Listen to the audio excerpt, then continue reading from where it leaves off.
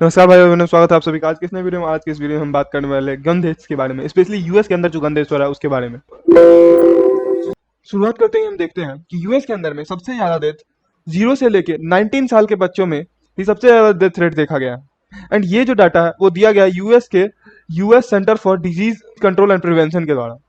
And यहाँ पे ये सारा केस और इस मैटर पे डिस्कशन स्टार्ट होता है टेक्सास के अंदर में, गन शूट के अंदर में, जिसमें करीब 19 बच्चे का डेथ हो जाता है 24 मई को। यहाँ पे मेडिकल स्पेशलिस्ट ये बताते हैं कि गन टोल या फिर जो गन वायलेंस है उसका जो काउंट है वो बढ़ते ही जा रहा है। एंड यहाँ पे व्हीकल से जितना डेथ होता है उससे भी ज्यादा डेथ हो रहा है 2020 के अंदर में सिर्फ गन के द्वारा मारे जाने से। तो ये यहाँ पे बहुत ज्यादा घातक बात सामने आ रही है। एंड यहाँ पे सबसे ज्यादा डेंजरस बात ये है हमारे समाज के लिए कि यहाँ पे जो फ्यूचर ऑफ द नेशन है, फ्यूचर ऑफ द वर्ल्ड है, वही इसमें सबसे ज्यादा इन्वॉल्व है। सबसे ज्यादा डेथ रेट बच्चों का है इसके अंदर में, तो ये सबसे ज्यादा फोकस करने वाली बात है। एंड ये नंबर जब आप देखते हैं तो ये लिस्ट है कि कहाँ पे गन सबसे ज्यादा पाया जाता है इस दुनिया में। तो यहाँ पे सबसे ऊपर में आता है यूएसए, यमन, सर्बिया, एंड ये पूरा लिस्ट है। लेकिन हम लोग को देखना होगा कि क्या एक कॉमन फैक्टर है इस चीज में, क्या कॉमन फैक्टर है, what is the factor of having और owning gun for a country. ये एक एस्पेक्ट है।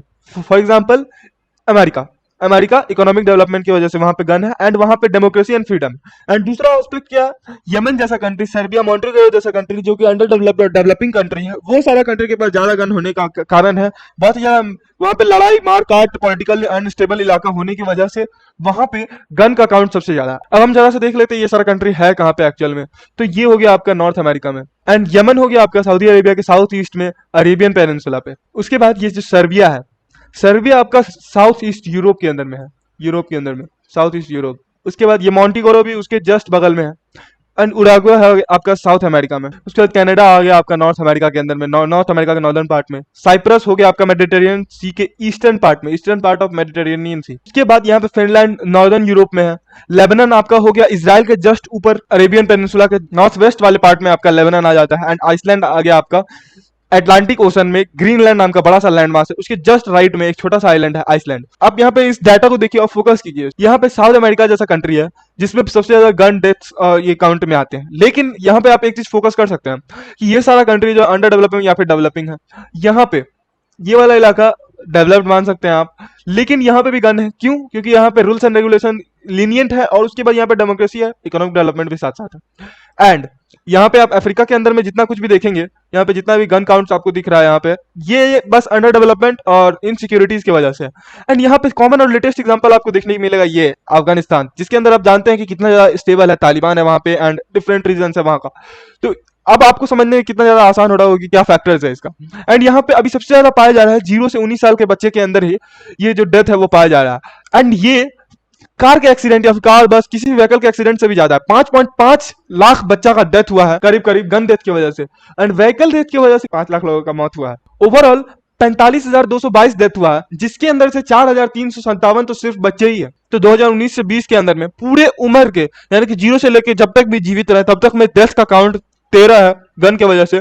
वहीं पे सिर्फ बच्चों के अंदर में ये देखा गया 33% है। तो 29% जो कि करीब करीब दुगना है जनरल पॉपुलेशन से, उतना ज्यादा इंक्रीज है बच्चों की डेथ के अंदर में। सबसे पहले गन वायलेंस आता है आपका बच्चों की डेथ के कारण, उसके बाद मोटर क्राइसिस हो गया आपका, उसके बाद आता है आपको ड्रग एंड ओवरडोजेस ऑफ पॉइजनिंग। यहाँ पे ये एक बहुत ज्यादा लीडिंग रीजन है जो दुनिया के हर कोना में ये फोकस होने वाली बात है। इंडिया के अंदर में भी ये बहुत बड़ा इशू है। यहाँ पे 83% इंक्रीज देखा गया इस चीज के अंदर में। एंड जब यहाँ पे ड्रग और ओवरडोजिंग के बारे में बात आती है ना, तो मेरा भाई है जो कहता है कि भैया सबको ये बात पता है कि ड्रग्स, पॉइजन, सिगरेट एंड तंबाकू ये सब चीज सबके लिए हानिकारक है, लेकिन ये जानते हुए भी वो क्यों करता है ऐसा। अब मैं ये तो नहीं जानता हूँ क्यों करता है, लेकिन मैं इतना जरूर बता सकता हूँ कि वो क्यों करता है ये पॉइंट वाली बात नहीं है। लेकिन जो सबसे बड़ा इंपॉर्टेंट बात है कि ड्रग्स एंड पॉइजनिंग किसी भी चीज में यहाँ पे आपका गलती सिर्फ पहला 5-10 बार ही होता है, क्योंकि उसके बाद तो आप अपने कंट्रोल में होते ही नहीं है।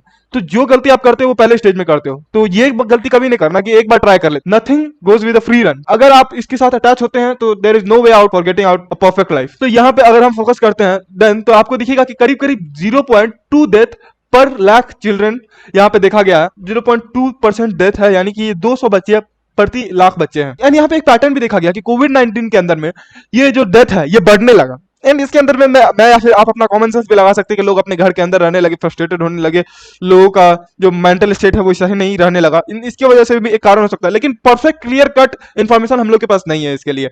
तो कोविड-19 पेंडेमिक के अंदर में इसका इंक्रीज तो हुआ है, लेकिन ये बहुत ही ज्यादा अनक्लियर है और इसका एजम्पशन करना भी गलत होगा कि ये वापस पेंडेमिक के बाद फिर से नॉर्मल लेवल पे रिवर्ट होके आ पाएगा या फिर नहीं। एंड यहाँ पे सीधा क्लियर कट देखा जा सकता है कि अमेरिका के अंदर में इतना ज्यादा, या फिर पूरे दुनिया के अंदर में ही बहुत बड़ा नंबर है जो कि गन डेथ्स की वजह से मारा जा रहा है बच्चा, लेकिन इतना ज्यादा कंट्रोलेबल फैक्टर को भी हम लोग इग्नोर कर रहे हैं and we are risking the future of the world. आप देख सकते हैं कि बहुत ही ज्यादा इसकी वजह से समाज में अनरेस्ट, सोसाइटी में अनरेस्ट भी होता है गन डेथ की वजह से, गन्स की वजह से। एंड इसके लिए क्या जरूरी है, वो सिर्फ यही हम कह सकते हैं कि आर्म लॉ लाना बहुत ज्यादा जरूरी है, जैसे कि स्ट्रिक्ट आर्म लॉ, जो कि इंडिया में कहीं ना कहीं है, लेकिन फिर भी लोकल गन्स जो कि मिलते हैं, जैसे हम लोग कट्टा के रूप में परिभाषित करते हैं, तो वो अभी भी अवेलेबल है। तो स्ट्रिक्ट आर्म लॉज लाने की जरूरत है, और बस यही।